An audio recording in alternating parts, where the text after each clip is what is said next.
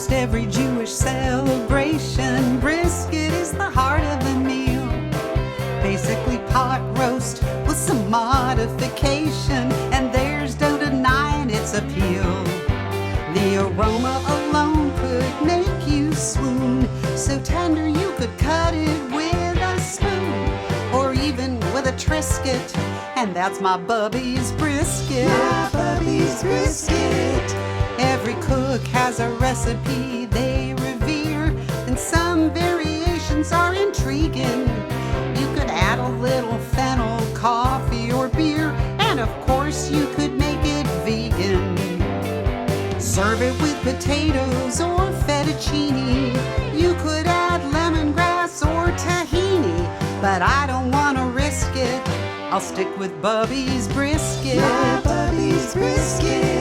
Oh, it's a cheap cut of meat Jewish peasants would eat, and somehow managed to make it taste great. As they felt more discriminated, they immigrated and settled in the Longhorn State, where they made brisket and introduced their neighbors to it, who said, "Wow, this is great, we should barbecue it." So that's how brisket became the main ingredient of good old Texas barbecue. So at your next barbecue tournament, you should really thank your local Jew. Now Texans don't braise it, they use a rub, and their side dishes all come from southern grub. Like instead of challah they serve a biscuit, but it's all still based on Bubbe's brisket. My Bubbe's brisket.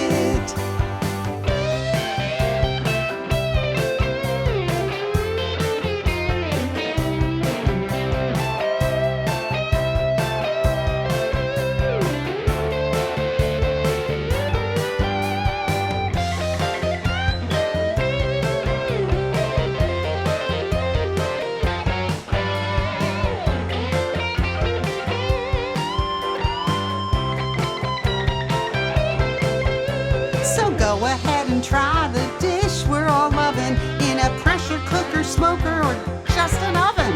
As the collagens melt and render, the meat ends up moist and tender. You could stir the sauce or whisk it for my Bubbe's brisket. My Bubbe's brisket. Bubbe's brisket, so delicious. Bubbe's brisket. I would cook it the day before. Put it in the refrigerator overnight. You cut it against the grain.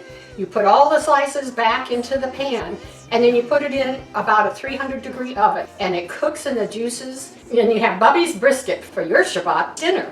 This is my girl. Yeehaw! My favorite dish